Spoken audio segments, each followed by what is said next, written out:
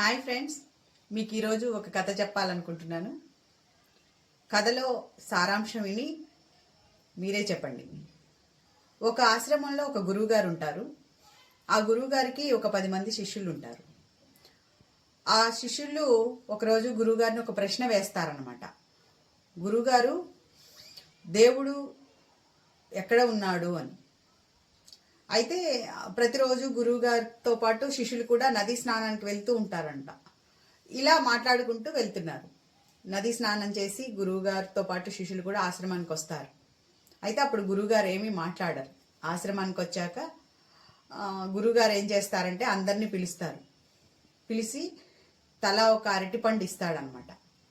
అందరికీ చెప్తాడు, మీరందరూ కూడా ఈ అరటిపండు మీరు దేవుడు లేని చోట తిని రండి అని చెప్తాడు.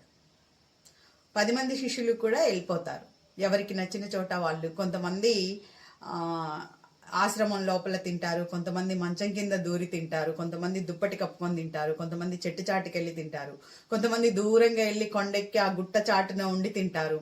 అలా అందరూ ఒక్కో చోట ఒకలాగా తినేసి వస్తారనమాట. అందరూ వచ్చి గురువుగారి దగ్గరికి వచ్చారు. వచ్చి కూర్చున్నారు. అప్పుడు గురువుగారు అడుగుతాడనమాట, అందరూ బనానా ఇచ్చాను కదా, తిన్నారా అని అడుగుతాడు. అయితే అందులో ఒక శిష్యుడు చేతిలో అరటిపండు పట్టుకొని అలాగే ఉంటాడనమాట. అదేంటి రా, నువ్వు తినలేదా అని అడుగుతాడు. లేదు అంటాడు. ఎందుకు తినలేదు అని అడుగుతాడు. అప్పుడు ఆ శిష్యుడు చెప్తాడనమాట గురువుగారికి, గురువుగారు, దేవుడు లేని చోటు నాకు ఎక్కడ కనిపించలేదు, అందుకే నేను తినలేదు అంటాడు.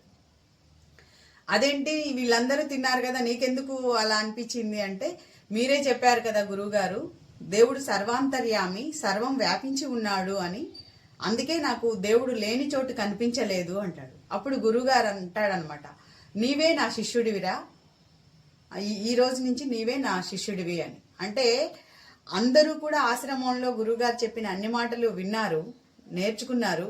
కానీ వాళ్ళు అర్థం చేసుకున్న జ్ఞానం అంతవరకే ఉంది. కాబట్టి ఎవరైనా మనకి ఏదైనా విషయం చెప్పినప్పుడు మనం విని అర్థం చేసుకునే దాన్ని బట్టి మన నాలెడ్జ్ అనేది డెవలప్ అవుతుంది. ఈ కథ మీకు నచ్చినట్లయితే లైక్ చేయండి, షేర్ చేయండి. Thank you friends.